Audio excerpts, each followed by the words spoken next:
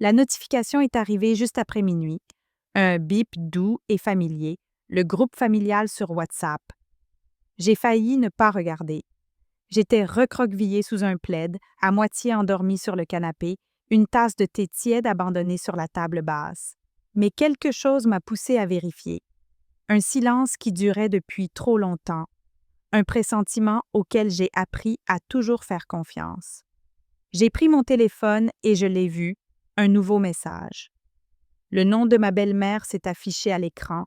Je ne voulais pas en parler, mais quelqu'un doit le faire. Je m'inquiète pour Camille. Elle agit bizarrement. Elle s'isole. Elle n'est pas fiable. J'ai trouvé quelque chose dans sa chambre la dernière fois que je suis passée. Je crois que c'était de la drogue. Il faut intervenir avant que ça dégénère. En dessous, le déluge a commencé. Des réponses pleines d'inquiétude, des emojis perplexes, une tante qui demandait si c'était vrai, une cousine qui écrivait, effaçait, écrivait de nouveau, et juste comme ça, c'était lancé. Personne ne m'a posé la question directement. Personne n'a pris son téléphone. Ils sont juste devenus silencieux, comme s'ils attendaient de voir quelle version de moi allait apparaître, leur cousine, leur nièce, ou la toxicomane que ma belle-mère venait d'inventer. Je n'ai pas répondu, ni cette nuit-là, ni le lendemain. J'ai relu, lentement, délibérément. Les mots n'étaient pas impulsifs, ils étaient choisis, calculés, comme si elle les avait répétés à l'avance.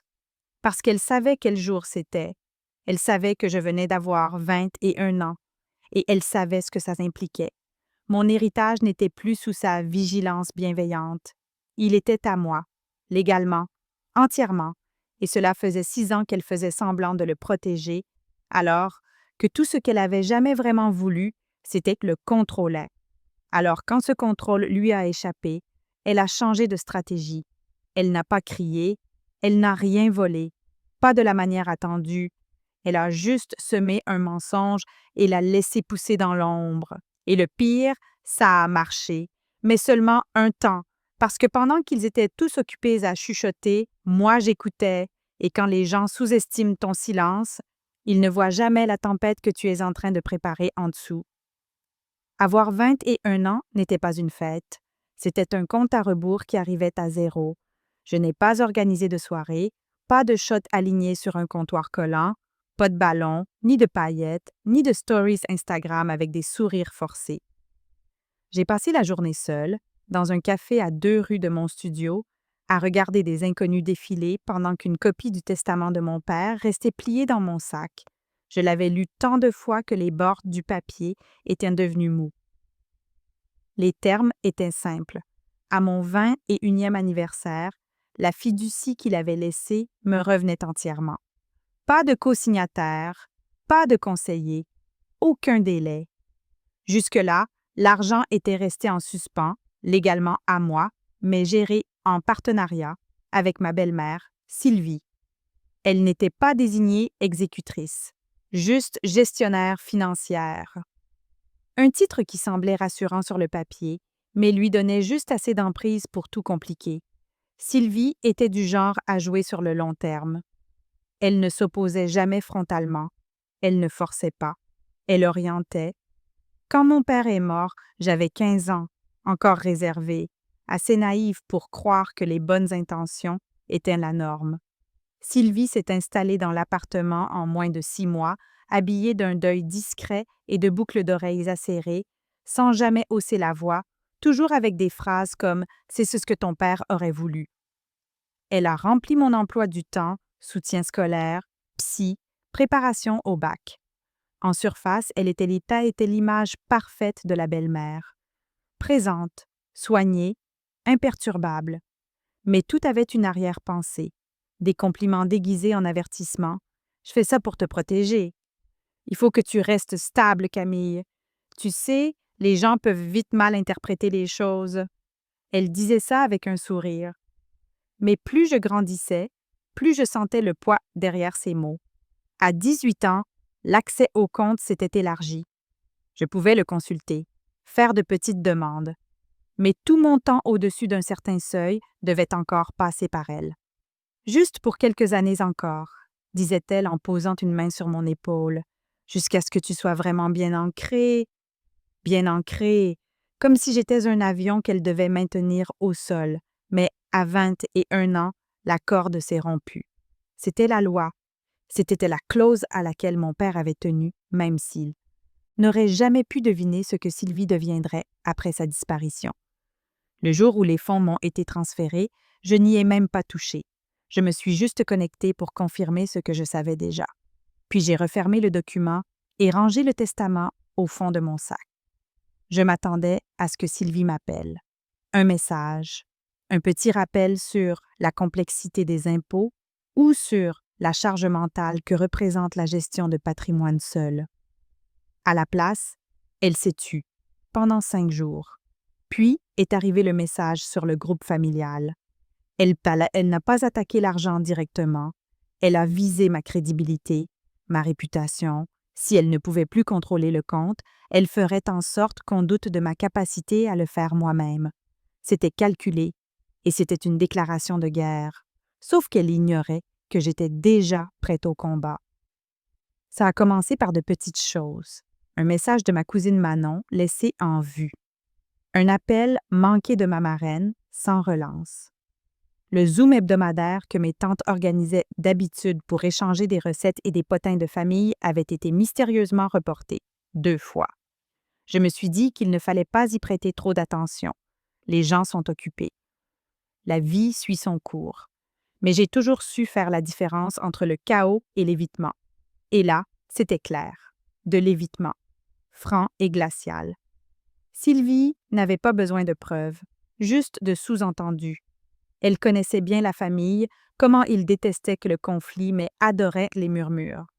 Comment ils se vantaient d'être présents tant que ça restait pratique. Elle ne m'avait rien reproché de concret. Elle avait simplement exprimé son inquiétude, doucement, comme si elle cherchait à me protéger.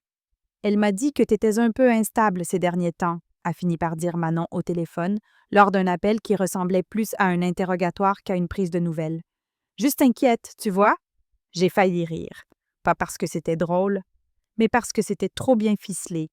Sylvie avait planté son récit comme une jardinière, patiente, discrète, méthodique, et maintenant, ça fleurissait dans la bouche des autres. « Je vais bien », ai-je répondu calmement. « Il n'y a rien. » Silence, puis un petit « Si jamais t'as besoin d'aide, on est là. » Hésitant, presque tendre, il la croyait, ou du moins, il n'était pas sûr de ne pas la croire, et ce doute suffisait à m'isoler. Pas besoin de grand-chose, juste l'idée que j'étais en train de perdre pied, que je n'étais plus fiable. À partir de là, les autres faisaient le reste. Ils se retiraient discrètement, poliment, pas par méchanceté, mais par prudence. C'est comme ça qu'une réputation meurt, pas dans un fracas, dans le silence. Au boulot, mon responsable m'a demandé si je gérais bien le stress. Un stage qu'on m'avait promis après la licence a soudain changé de priorité. J'ai appris plus tard, par une amie d'amis, que quelqu'un les avait contactés, signalant que j'étais en fragilité émotionnelle. Aucun nom, juste un murmure. Mais l'insinuation suffisait. Je savais qui c'était. Sylvie ne laissait jamais de traces. Elle n'en avait pas besoin. Elle avait juste attendu que mon anniversaire passe, puis elle avait tissé sa toile. Si je me défendais trop, je paraîtrais sur la défensive. Si je restais silencieuse, je paraîtrais coupable. Dans les 2 cas, elle gagnait. Mais le silence, c'est à double tranchant. Je n'ai pas répondu sur le groupe familial. Je n'ai ni supplié, ni expliqué, ni protesté. J'ai observé, écouté, attendu. Parce que Sylvie était intelligente, mais pas autant qu'elle le croyait. Elle pensait que j'allais me replier, que j'allais m'effondrer, qu'en grignotant les gens autour de moi, elle allait me briser de l'extérieur vers l'intérieur. Mais je n'ai pas scellé. J'ai pris note. Chaque changement, chaque message, chaque geste subtil. Elle voulait me faire passer pour instable. Mais ce qu'elle a oublié, c'est qu'une personne instable laisse des traces. Et moi, je ne laisse pas de désordre. Je le nettoie. La première fois que j'ai vu les documents de la fiducie, J'avais 17 ans. Papa les gardait enfermés dans une boîte ignifugée dans son bureau.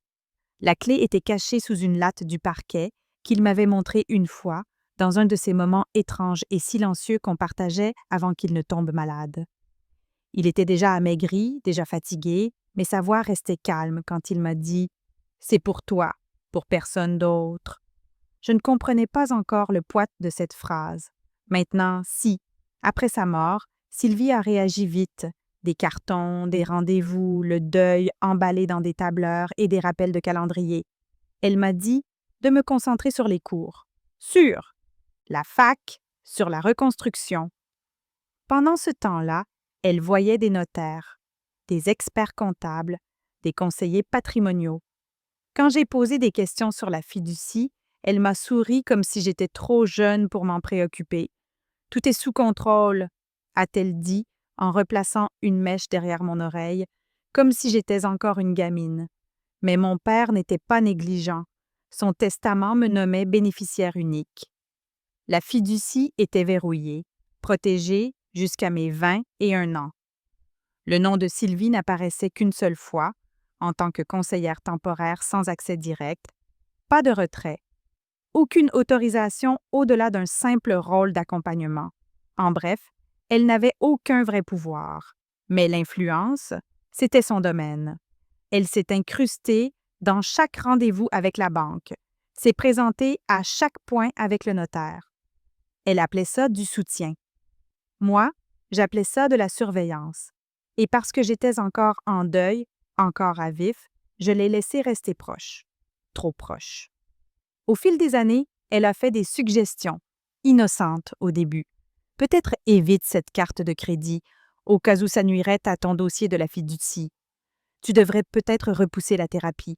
Certaines questions peuvent apparaître dans les rapports d'assurance. Toujours dit avec douceur, toujours conclu par « Je veux juste ton bien ».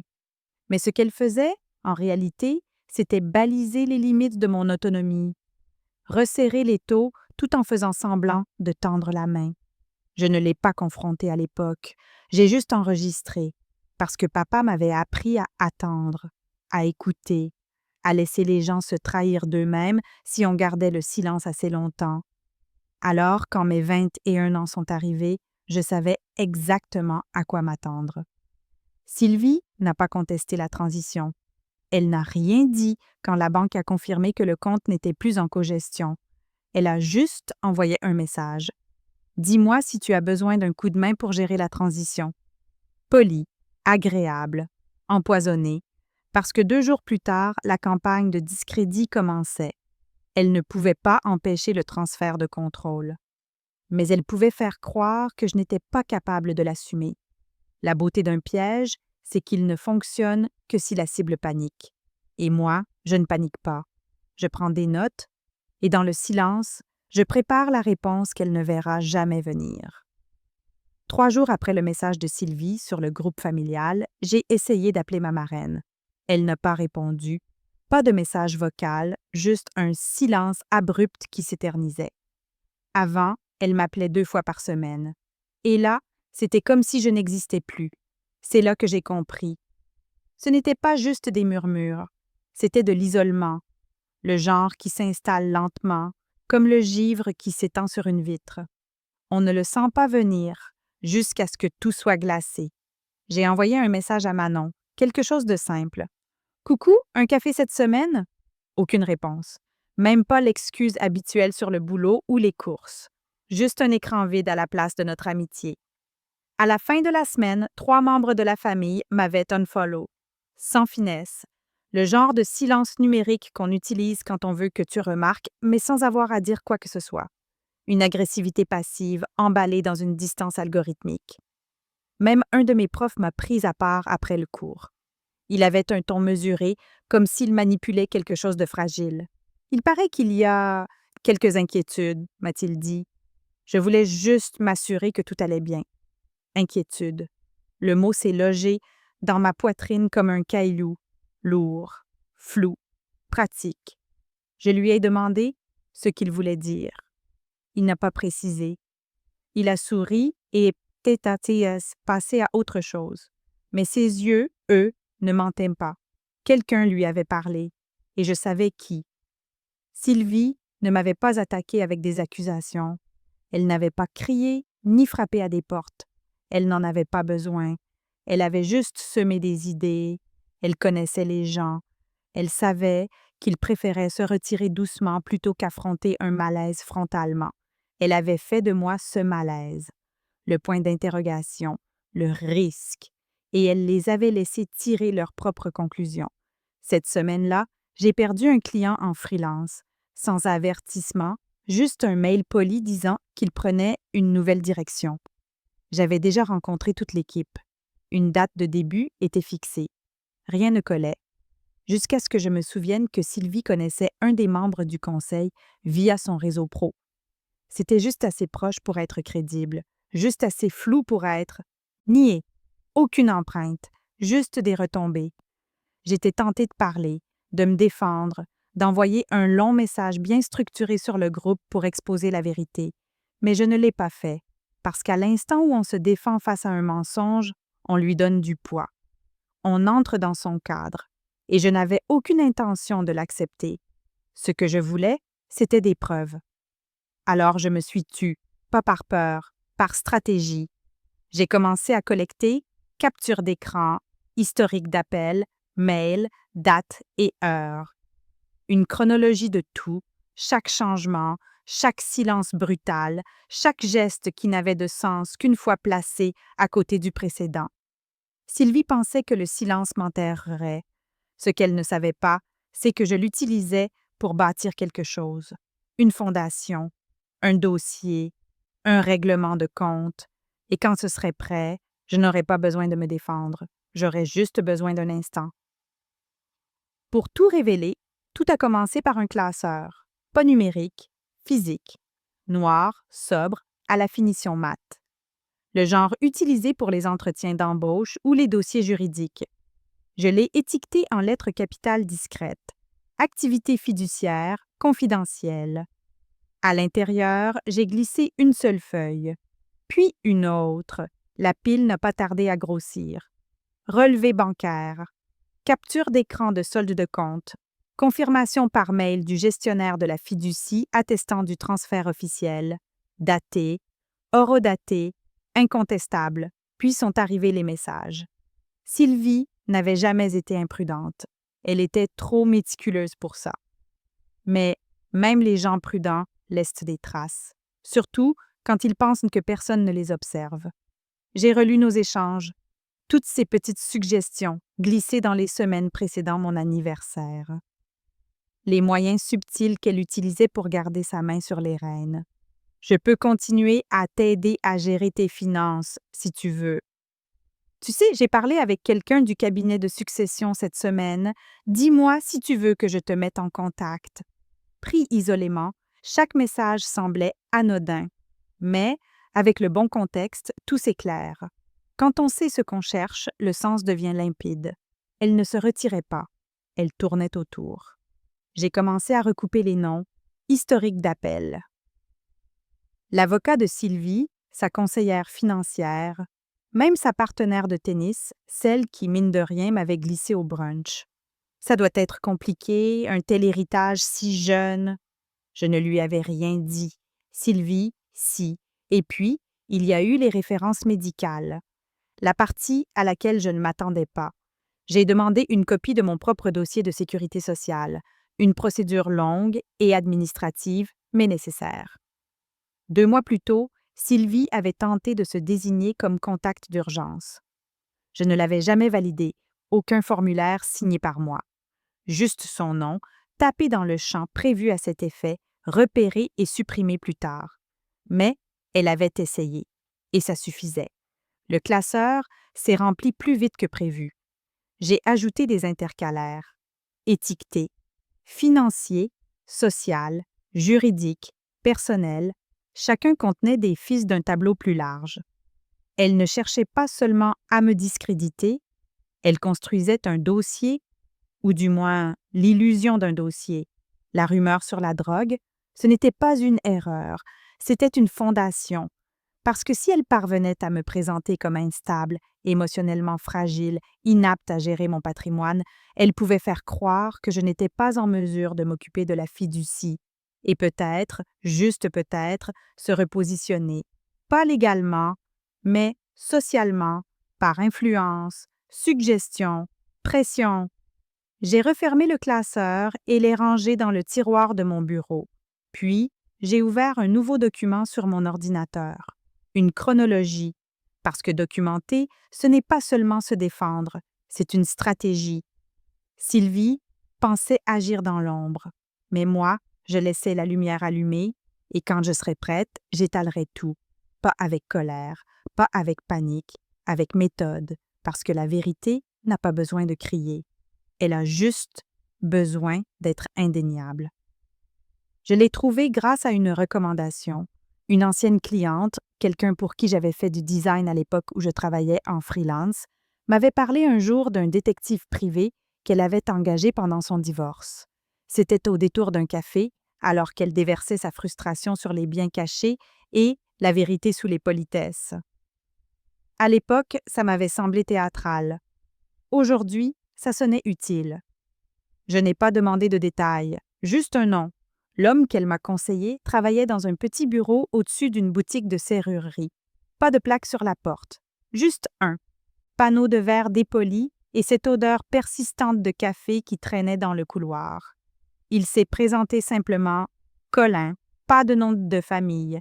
Il n'était pas chaleureux, mais il était affûté, chemise impeccable, carnet toujours ouvert, aucune question superflue. Je ne lui ai pas tout donné d'un coup, juste la surface, une fiducie, une belle-mère envahissante, une série de mensonges bien placés. Je lui ai dit que j'avais besoin de confirmation, ce qu'elle avait dit, à qui et quand. Il a hoché la tête une fois et dit « Donnez-moi une semaine ». Pendant cette semaine, j'ai continué à collecter. Chaque message, chaque regard fuyant, chaque rumeur floue qui me revenait. Je ne les poursuivais pas, je les notais.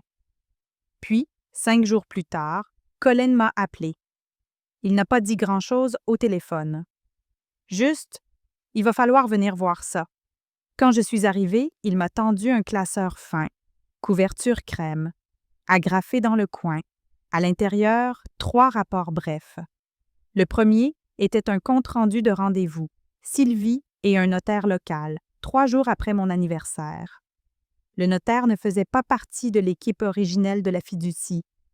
Nouveau nom, le sujet, d'après les notes de la réception, éventualité de contester la capacité de gestion financière. Je l'ai relu 2 fois. Le deuxième rapport était une déclaration d'une amie de Sylvie, une femme que je connaissais à peine. Elle avait mentionné, publiquement, lors d'un club de lecture rien que ça, qu'elle s'inquiétait de mes choix récents et que Sylvie devrait peut-être intervenir si les choses empirent. Le troisième rapport contenait une série de captures de réseaux sociaux. Rien d'explicite.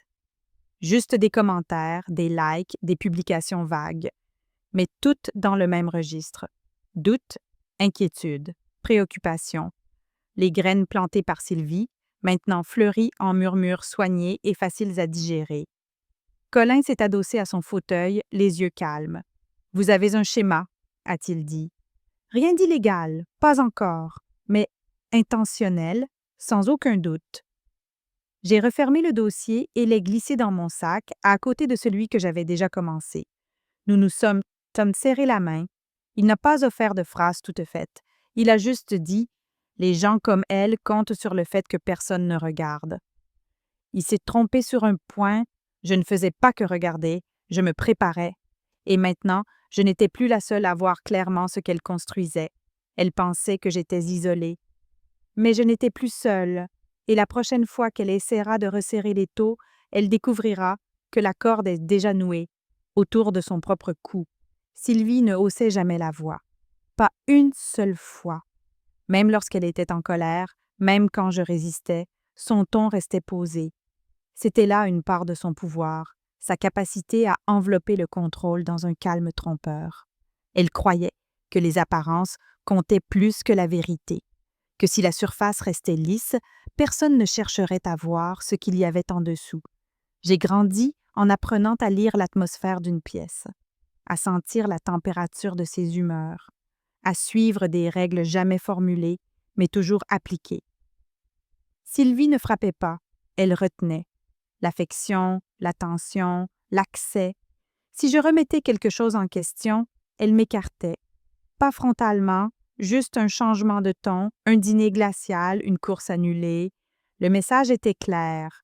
Obéis ou paie le prix. Après la mort de papa, elle s'est installée dans le rôle de la bienveillante tutrice avec une aisance presque scénarisée. Le genre de femme qui fait du banana bread pour les voisins et organise des tombolas au lycée, souriant à travers le deuil, comme si c'était juste une ligne de plus sur sa liste de tâches. Tout le monde disait qu'elle était forte, résiliente, mais la force, ce n'est pas l'image, c'est ce qu'on fait quand personne ne regarde. Et Sylvie, elle regardait tout. Elle restait dans l'embrasure de ma porte, les bras croisés, me demandant si j'avais bien pris mes vitamines, si j'avais noté mes heures d'études, si j'avais pensé à lui dire avec qui je sortais après les cours. Chaque question venait avec un sourire. Chaque sourire traçait une limite. Quand j'ai été acceptée dans ma première école au choix, elle m'a serré dans ses bras si fort que j'en ai eu le souffle coupé. Puis, le lendemain matin, elle avait laissé des brochures pour une université plus proche sur la table de la cuisine. Juste une option à considérer, avait-elle dit, au cas où ça ferait un peu trop d'un coup. Tout était présenté comme de la sollicitude, mais ce n'était que du contrôle. Même les fêtes de famille venaient avec des conditions, si je voulais passer du temps avec la famille. De ma mère, Sylvie affichait une mine attristée, regard doux, voix feutrée. C'est juste que c'est encore difficile, tu sais, sans ton père. Mais bien sûr, fais ce que tu penses être le mieux. La culpabilité comme levier, toujours implicite, toujours efficace. Alors, je restais, année après année, je restais, parce que le conflit semblait plus lourd que la concession.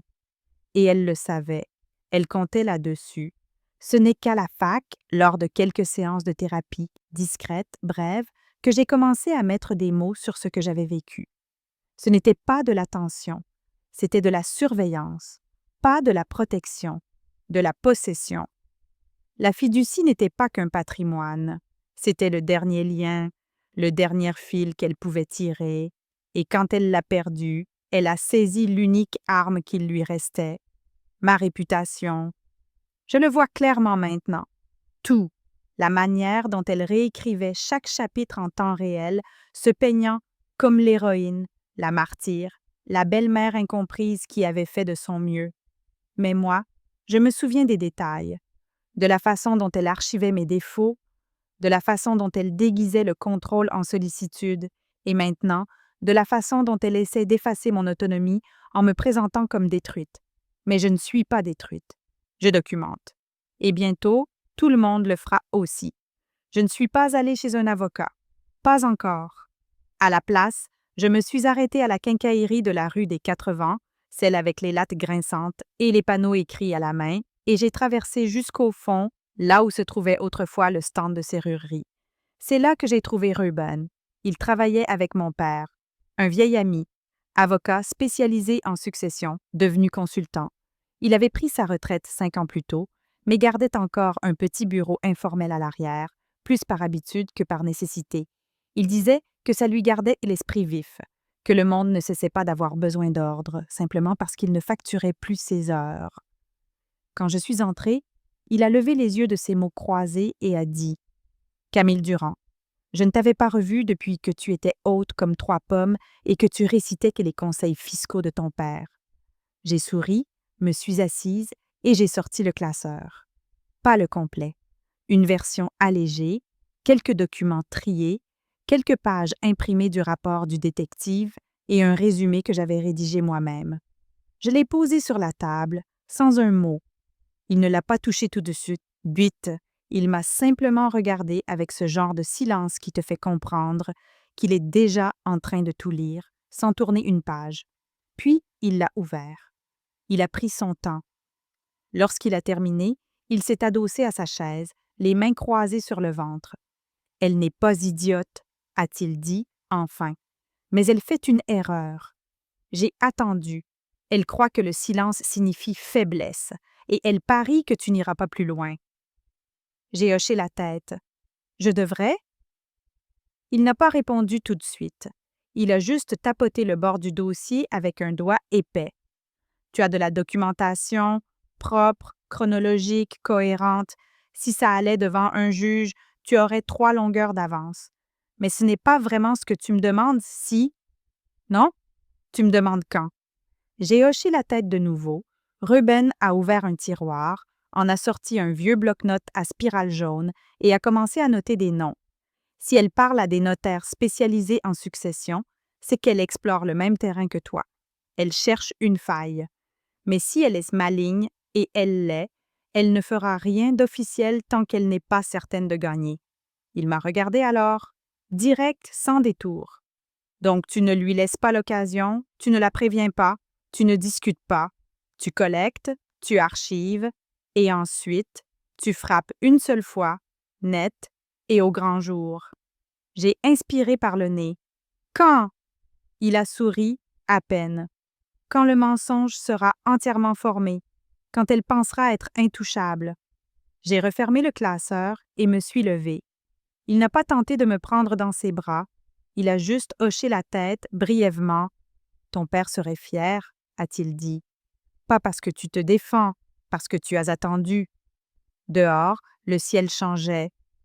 Fin d'après-midi, les ombres s'allongeaient sur le trottoir. Sylvie construisait sa version de la vérité, mais moi, je bâtissais quelque chose de plus solide.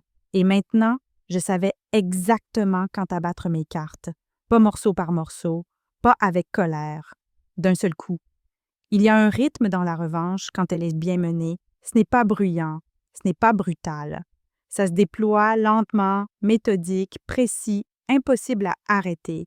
Une fois enclenché, comme une serrure qui tourne, un déclic à la fois. J'ai passé le week-end à tout planifier. Au centre, il y avait le classeur, désormais épais de messages imprimés, d'historiques d'appels, de notes du détective, même des documents d'assurance que Sylvie avait tenté de modifier. Je l'ai réorganisé par impact, personnel, juridique, financier. Chaque section était codée par couleur, étiquetée, irréfutable. J'ai ajouté un dernier intercalaire, témoignage. Les gens commençaient à revenir, discrètement, prudemment. Un message de Manon qui me demandait si on pouvait parler. Un mail de ma marraine disant qu'elle se sentait mal face à toute cette confusion et qu'elle voulait prendre de mes nouvelles. Il ne mentionnait pas le nom de Sylvie. Il ne présentait pas d'excuses claires. Mais le sous-texte était limpide. Il commençait à percevoir le basculement. Je ne les ai pas corrigés. J'ai laissé le silence faire son œuvre. Laissé le doute basculer en ma faveur. Parce que moins je disais, plus son histoire se décomposait. C'est ça, le problème avec les mensonges. Quand on les érige trop haut, la moindre fissure fait vaciller l'ensemble. Je ne voulais pas confronter Sylvie en privé, ce serait lui offrir une nouvelle occasion de déformer la vérité, se poser en victime, brouiller les faits avec son charme et ses réécritures. Non, il fallait que cela se passe là où le mensonge avait commencé, en public, devant la famille, là où elle avait sali mon nom avec un sourire et un faux souci feinte. Alors, j'ai envoyé le message, sobre, mesuré. Un dîner en famille? Ça fait longtemps. Ce serait chouette de tous se retrouver. Sylvie a répondu dans l'heure, chaleureuse et enthousiaste. Quelle belle idée, Camille. Je peux t'aider à organiser ça. Évidemment, c'était son terrain, sa scène. Elle pensait que je tendais une branche d'olivier. Mais je ne venais pas pour me réconcilier. Je venais pour rétablir la vérité. J'ai pris contact avec le notaire de la famille, celui qui avait géré la succession de mon père, celui que Sylvie avait soigneusement évité pendant sa petite campagne silencieuse. Je lui ai envoyé les documents, expliqué ce que je préparais. Sa réponse a été rapide. Je serai là, pas d'émotion, juste les faits. Parfait. Le lieu était un restaurant neutre, familial, éclairage tamisé, serviettes en tissu pliées en triangle. Le même que pour les anniversaires, les grandes occasions, ces moments où les apparences comptaient plus que la sincérité. C'était exactement le but. Je ne voulais pas une confrontation. Je voulais de la clarté. Et Sylvie avait bâti son mensonge avec tant de soin qu'elle n'avait jamais envisagé ce qui arriverait si la vérité arrivait avec son propre sourire. Le classeur était rangé dans mon sac, complet, chargé de preuves. La liste des invités était confirmée. Le notaire était prêt. Tout ce qu'il restait, c'était la révélation. Sans préavis, sans excuse, juste de la précision. Parce que quand on livre la vérité dans le silence, elle n'a pas besoin d'être spectaculaire. Elle a juste besoin d'être indéniable. J'ai envoyé l'invitation au dîner de la même manière que Sylvie avait lancé son mensonge, sur le groupe familial. Un message clair, sans drame, sans contexte. Dîner vendredi prochain, c'est pour moi. Ce serait sympa de se retrouver un peu. On a tous été un peu éparpillés ces derniers temps. Quelques réponses rapides sont tombées. Manon, trop bien. Tonton Henri, tu peux compter sur moi. Sylvie, toujours l'hôtesse même quand ce n'était pas chez elle, a répondu en dernier. C'est très gentil, Camille. Je peux t'aider à organiser si tu veux. Je n'ai pas relevé. J'ai simplement répondu. Tout est déjà prêt. Venez comme vous êtes. C'était le premier cran de la serrure. J'ai choisi un restaurant qu'ils connaissaient tous, neutre, assez élégant pour des nappes en tissu, mais pas assez formel pour éveiller les soupçons. Le genre d'endroit où l'on baisse sa garde, où l'on s'habille bien, mais pas trop. J'ai réservé pour 10 et j'ai réservé la place en bout de table pour moi. À ma droite, j'ai laissé une chaise vide pour le notaire. Son nom n'était pas dans le message groupé. Personne ne savait qu'il viendrait. Surtout pas Sylvie. Dans les jours précédant le dîner, son silence est devenu plus pesant. Elle ne m'a pas écrit en privé. Pas d'appel. Mais je sentais qu'elle recalculait. Son instinct calme mais calculateur captait que quelque chose changeait. Je la connaissais assez pour savoir qu'elle passait en revue tous les scénarios possibles dans sa tête. Tentait de deviner mon angle d'attaque. Elle n'imaginait pas une seconde que je préparais exactement le même genre de piège qu'elle avait tendu autrefois. Mais le mien ne reposerait pas sur des rumeurs. Il reposerait sur des preuves. J'ai gardé mes réponses sur le groupe brève, enthousiaste mais légère. Aucune tension perceptible, aucune trace des mois de dégâts silencieux que j'allais mettre en lumière. Je voulais qu'il soit détendu. Je voulais qu'elle soit en confiance, parce que Sylvie donnait le meilleur d'elle-même quand elle pensait avoir le contrôle, et j'avais besoin qu'elle entre dans ce restaurant en croyant qu'elle le détenait toujours. Le classeur était rangé avec soin dans mon grand sac entre une serviette en tissu et un carnet neuf. Je le relisais chaque soir, pas parce que je doutais, parce que je respectais ce qu'il représentait, la vérité, recueillie avec précision. Elle avait raconté son histoire dans l'ombre. Moi, je montrerais la mienne à la lumière du jour. Le jeudi, la dernière confirmation est arrivée. Tout le monde serait présent, même les cousins qui annulaient toujours à la dernière minute, même la tante qui vivait à 2 heures de route. Sylvie avait fait la moitié du travail pour moi. Elle avait réuni le public. Je n'avais plus qu'à allumer la lumière. La veille, j'ai imprimé une dernière page, un résumé de la chronologie avec les références de chaque pièce dans le dossier. Clair, chronologique, soigné. Je l'ai glissé tout en haut. Mes mains n'ont pas tremblé. Pas parce que je n'étais pas en colère, mais parce que la colère n'était pas le sujet. La vérité, si.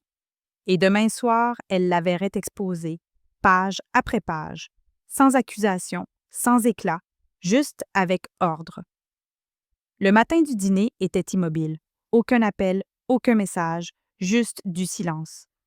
Je me suis levée tôt, plus tôt que nécessaire, et j'ai préparé du café dans ma tasse ébréchée préférée, celle que papa m'avait offerte quand j'ai eu mon permis. Je l'ai laissée trop longtemps sur le plan de travail, intacte, refroidie. Je n'étais pas nerveuse, j'étais lucide. C'est différent. La nervosité, c'est ce qu'on ressent quand l'issue est incertaine. La lucidité, c'est ce qui s'installe quand on sait exactement où l'on met les pieds et ce qu'on en ressortira. J'ai posé ma tenue sur le lit comme une armure. Rien de spectaculaire. Juste un chemisier sombre, un pantalon propre, des bottines cirées jusqu'à un éclat discret. Délibéré, mais sobre. Une montre dorée. Pas de collier, chaque choix silencieux, intentionnel. Je voulais incarner la version de moi que Sylvie avait toujours feint d'ignorer, maîtrisée, précise, intouchable. Le classeur est resté dans mon sac, bien fermé, vérifié plusieurs fois. J'avais tout dupliqué. Un jeu dans le dossier, un sauvegardé dans le cloud, un autre sur une clé USB glissée dans la poche intérieure de mon manteau. Je ne prenais aucun risque. Vers midi, le notaire m'a envoyé un court message. Confirmé, je vous retrouve à 18h50. Aucun sentiment, juste une certitude. Il avait compris ce que c'était. Pas une vengeance, pas un spectacle, un redressement, une ligne nette tracée à travers une version falsifiée de moi. J'ai brièvement pensé à la manière dont la soirée allait se dérouler. Sylvie ne s'effondrerait pas. Elle sourirait, elle minimiserait, elle détournerait l'attention. Elle insisterait peut-être même, dirait que j'avais mal compris, que son inquiétude avait été déformée.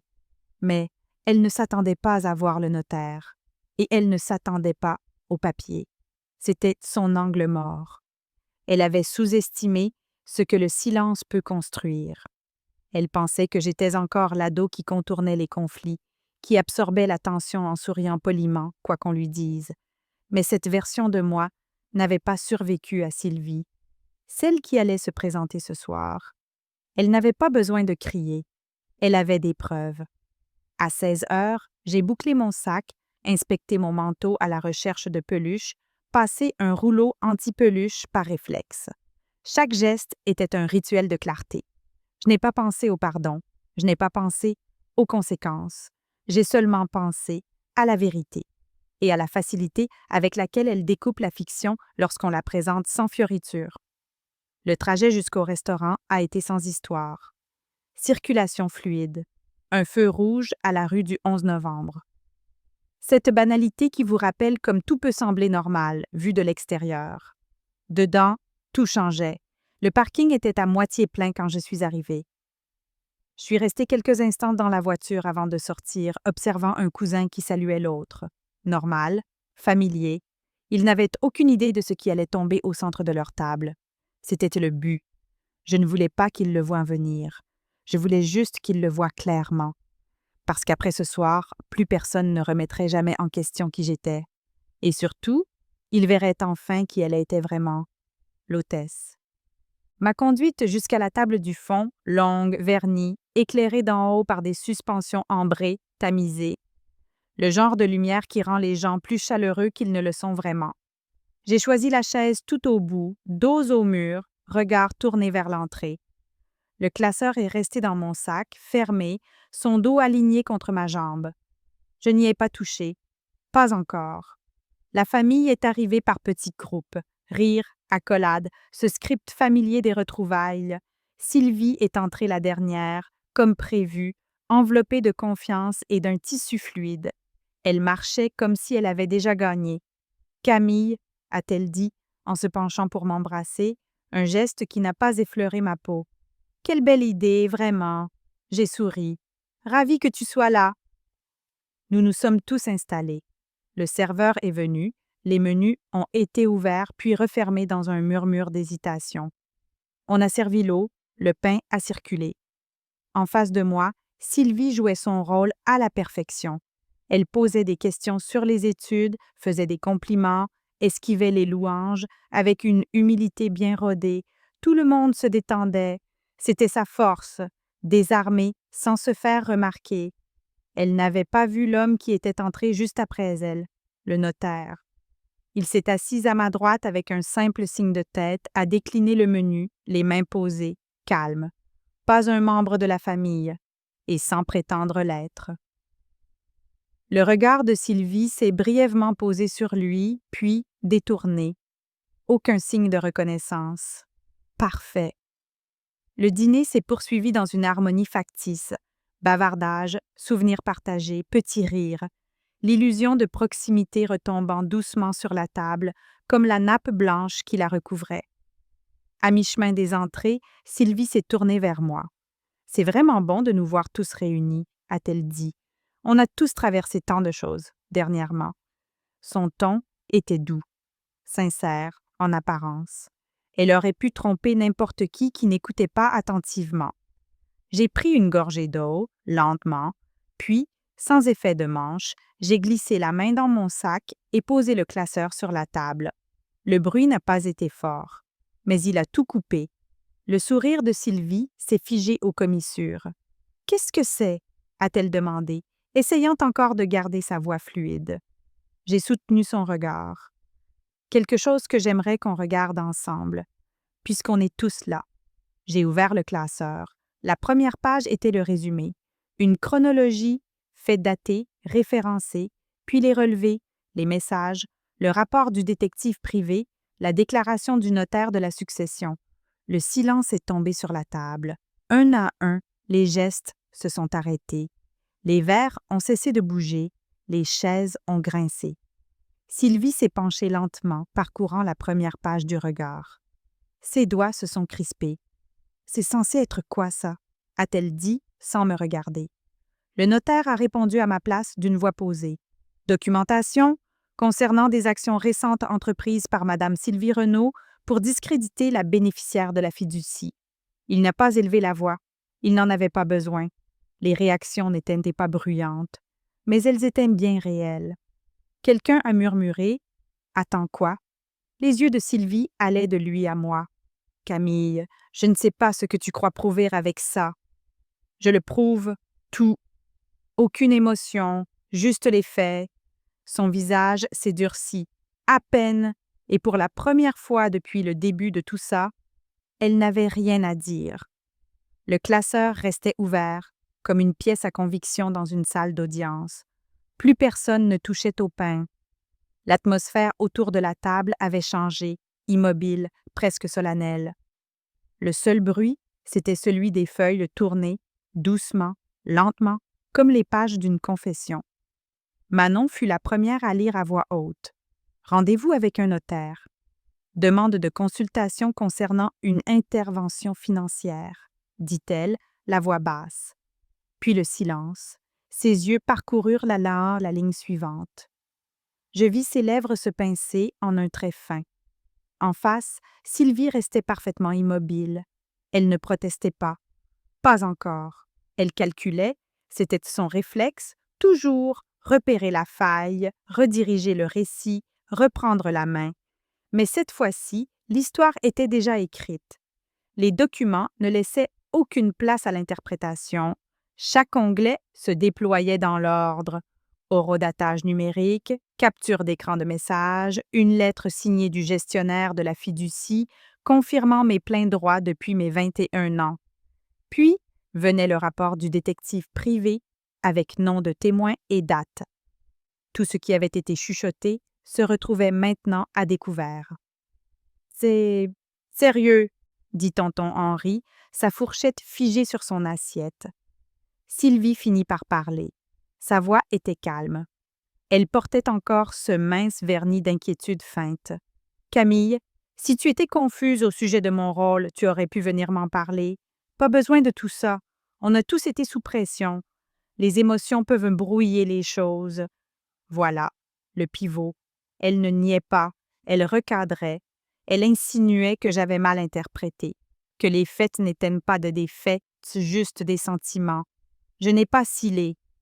Le notaire à ma droite s'est éclairci la gorge. « Il n'y a aucune confusion, Sylvie. Nous avons examiné toutes les communications. Rien ici ne reflète une lecture émotionnelle. C'est ce que ça montre, c'est une manipulation délibérée. » Sylvie s'est tournée vers lui, les yeux plissés. « Et vous êtes qui exactement? » Il n'a pas bronché. « Je représente la bénéficiaire. Je travaille avec cette famille depuis plus de 15 ans. » Un nouveau silence. Les doigts de Sylvie reposaient maintenant sur le bord du classeur, mais elle ne tourna pas la page. Elle n'osa pas. Ses yeux étaient devenus froids, calculateurs. La chaleur avait disparu. Elle avait compris qu'il n'y avait plus de retour possible, qu'elle ne pourrait plus transformer ça en quelque chose de plus doux. C'est Tasha, ma cousine, qui parla ensuite. « Donc tout ce temps, tous ces trucs que tu as dit, les messages, tu les as inventés? » Sylvie ne répondit pas, parce que tout ce qu'elle pourrait dire maintenant ne ferait que l'enfermer davantage dans ses pages. La vérité n'était plus murmurée. Elle était imprimée, et son poids rendait la pièce plus étroite. Je n'ai plus dit grand-chose après ça. Je n'en avais pas besoin. J'avais déjà tout dit à l'encre, dans l'ordre, sous les yeux de chaque personne qui, un jour, avait douté de moi. En face, Sylvie avait le regard d'une femme qui attend un verdict. Mais le verdict était déjà tombé. Il était dans le silence qui a suivi, pas choqué, pas furieux, juste irrévocable. Au moment où Sylvie comprit qui était l'homme assis à côté de moi, son expression changea. À peine, mais suffisamment. Ce vernis de calme qu'elle portait si facilement, il se fissura. Pas une rupture spectaculaire, juste le début. Un éclair dans le regard, un léger tressaillement de la mâchoire. Mais pour quelqu'un qui l'avait observée depuis des années, c'était assourdissant. Elle se redressa sur sa chaise. « Tout ça me semble inutilement théâtral, » dit-elle, en s'adressant désormais à la table entière. Si Camille avait des inquiétudes, on aurait pu en parler en privé. Ce n'était pas nécessaire de faire appel à un avocat. Le notaire ne broncha pas. « Justement, Sylvie, nous avons tenté le privé, c'est vous qui avez choisi de commencer en public. » Il ouvrit son propre dossier, plus fin, plus discret, mais tout aussi précis. À l'intérieur, des copies des mêmes documents essentiels, certifiés, paraphés, irréfutables. « J'ai examiné l'ensemble des éléments, » poursuivit-il. « Il ne s'agit pas d'un malentendu, c'est une démarche coordonnée visant à remettre en question la stabilité mentale et financière de ma cliente sans fondement factuel. Le préjudice porté à sa réputation, ainsi que les répercussions potentielles sur son statut légal, justifient une action. » Le mot « action » tomba comme une pierre. Personne ne bougea. Sylvie eut un rire léger, mais il ne toucha pas ses yeux. « Vous me présentez comme une coupable. J'étais inquiète. Ce n'est pas un délit. » « L'inquiétude, » répondit-il, « ne consiste pas à contacter des tiers pour suggérer une instabilité. Elle ne comprend pas de fausses déclarations auprès d'institutions financières. Et elle n'implique certainement pas de tenter de se repositionner comme tutrice alors que le contrôle légal a déjà été transféré. » Elle ouvrit la bouche pour répondre, mais cette fois, ce fut Manon qui l'interrompit. « Tu m'as dit que Camille ne dormait plus, qu'elle perdait pied. Tu as parlé de drogue. » Sa voix trembla, mais elle continua. « Je t'ai cru. » L'accusation n'était pas forte, mais elle portait. La vérité, chuchotée, peut frapper plus fort que n'importe quel cri. Sylvie balaya la table du regard, cherchant un allié. Elle n'en trouva pas. Pas cette fois. Tonton Henri s'était renfoncé dans sa chaise, les bras croisés. Tacha fixait le dossier comme s'il risquait de s'enflammer. Même les cousins d'ordinaire neutres étaient devenus muets. Le notaire se tourna vers moi. « Souhaitez-vous entamer des démarches officielles? » J'ai croisé son regard, puis j'ai balayé la table du regard. Ces visages avec qui j'avais grandi, ceux-là même qui s'étaient détournés de moi quand les rumeurs avaient couru. « Non, » ai-je dit. « Pas ce soir. » Sylvie expira, presque soulagée. Je n'avais pas terminé. « Mais je vais poursuivre, en privé, par les voies appropriées. » Le visage de Sylvie s'affaissa à nouveau, parce qu'elle comprenait ce que cela signifiait. Il n'y aurait pas d'éclat, pas de plaidoyers émotionnels, juste une procédure qu'elle ne pourrait pas contrôler. Des documents, des enquêtes, des conséquences. Je me suis levée, le classeur en main. Ce dîner était destiné à clarifier, et je pense que nous avons tous eu matière à digérer. Personne ne m'arrêta, pas même elle. Parce que pour la première fois depuis des années, Sylvie ne tenait plus le récit. Elle en faisait désormais partie. Je suis sortie du restaurant sans me retourner. Pas par défi, par aboutissement. Il n'y avait plus rien à dire, plus aucune explication à donner. La vérité avait fait son travail. Déposée sur la nappe, entre des assiettes à moitié entamées et des verres restés pleins, elle avait parlé plus fort que Sylvie ne l'avait jamais fait. L'air du soir était plus vif que je ne l'avais imaginé. Pur. J'ai traversé la rue et me suis assise sur un banc, juste au-delà du parking, orientée de manière à voir l'entrée du restaurant. Je n'avais pas prévu de surveiller.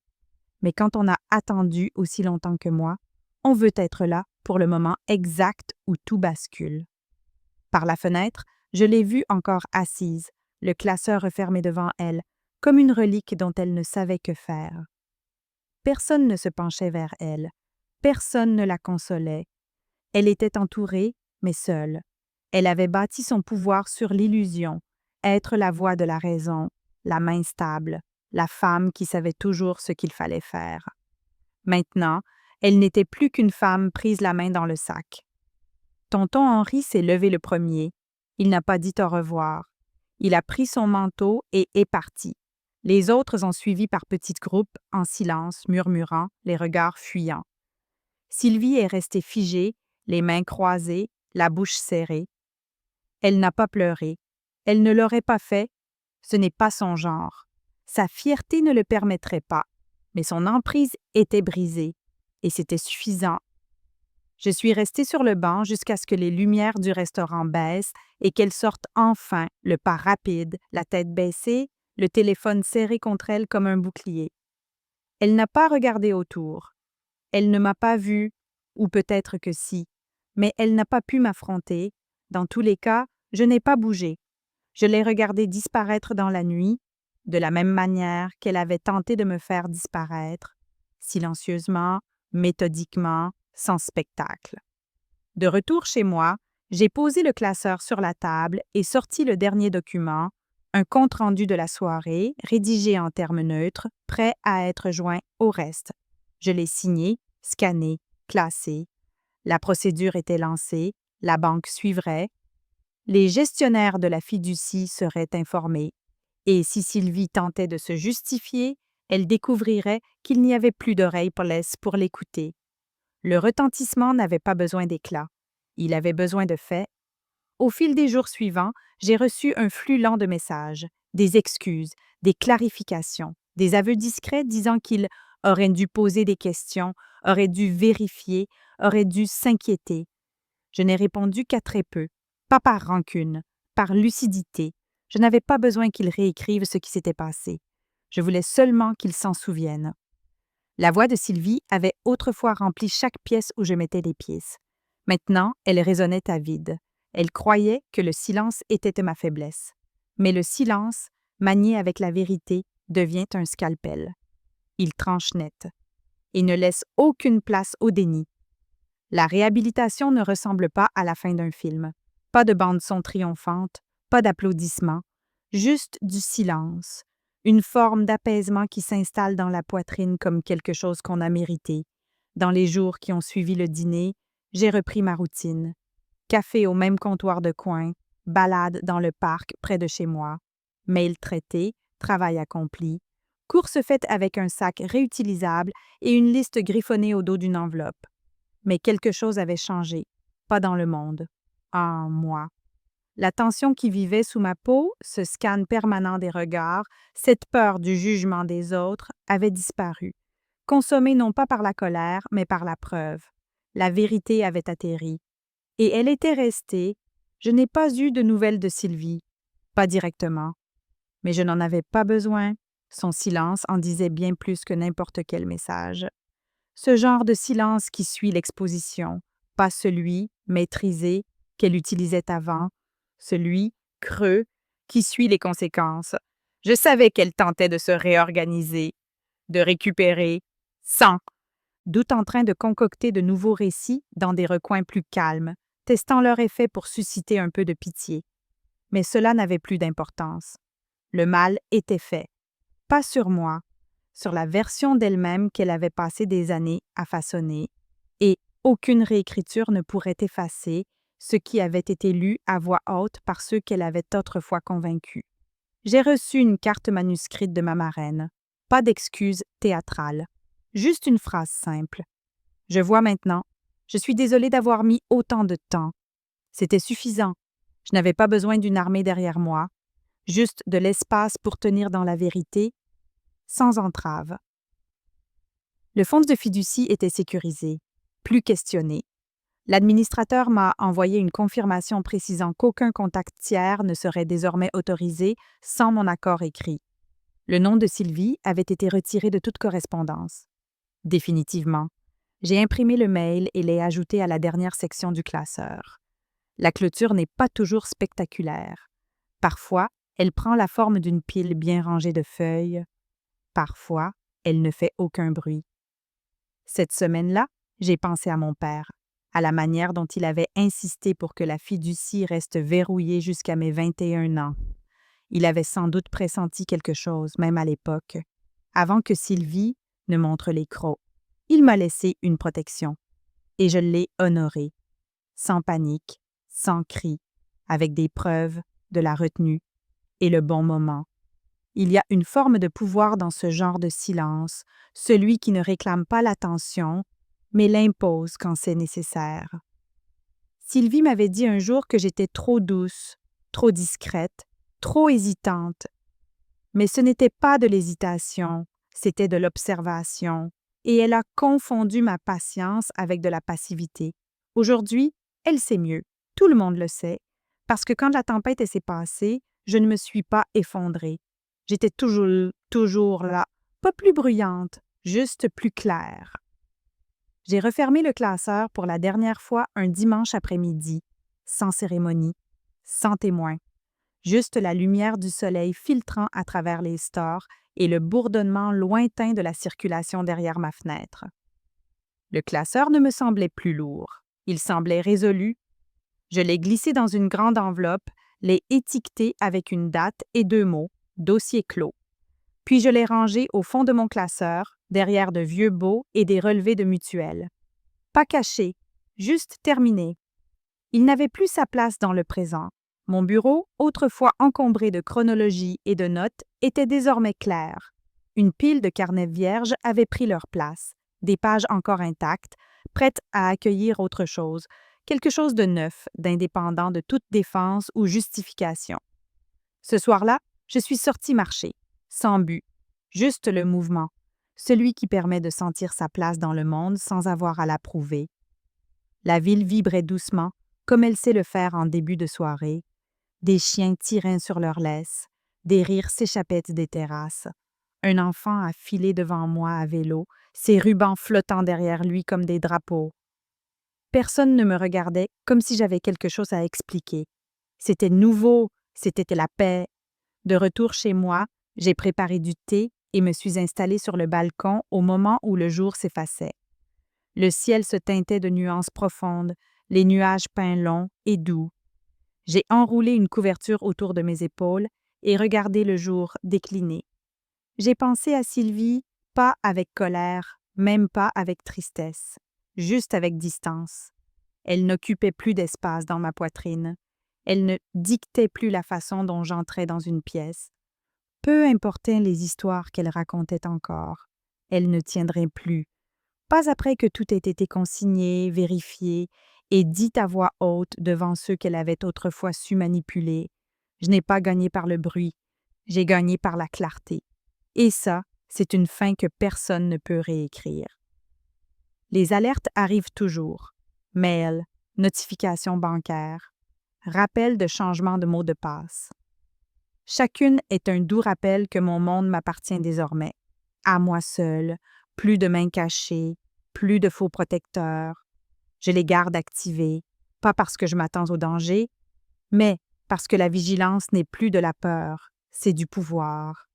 Sylvie m'a dit un jour que je devenais intimidante quand je me taisais. À l'époque où tout semblait encore bien en apparence, quand sa prise n'avait pas encore été remise en question, je crois qu'elle avait déjà perçu ce qu'elle refuserait ensuite d'admettre. Que le silence, quand il est enraciné dans la vérité, est la force la plus puissante. Qui soit, et maintenant, je porte ce silence comme un bouclier, plus en défense, en souveraineté. Dans un monde qui m'a demandé de tolérer, d'adoucir, d'expliquer, j'ai choisi autre chose. J'ai choisi d'observer, de documenter, d'agir. Et quand le moment est venu, je n'ai pas élevé la voix, j'ai élevé la vérité, une page après l'autre, et je n'ai plus eu besoin de dire un mot,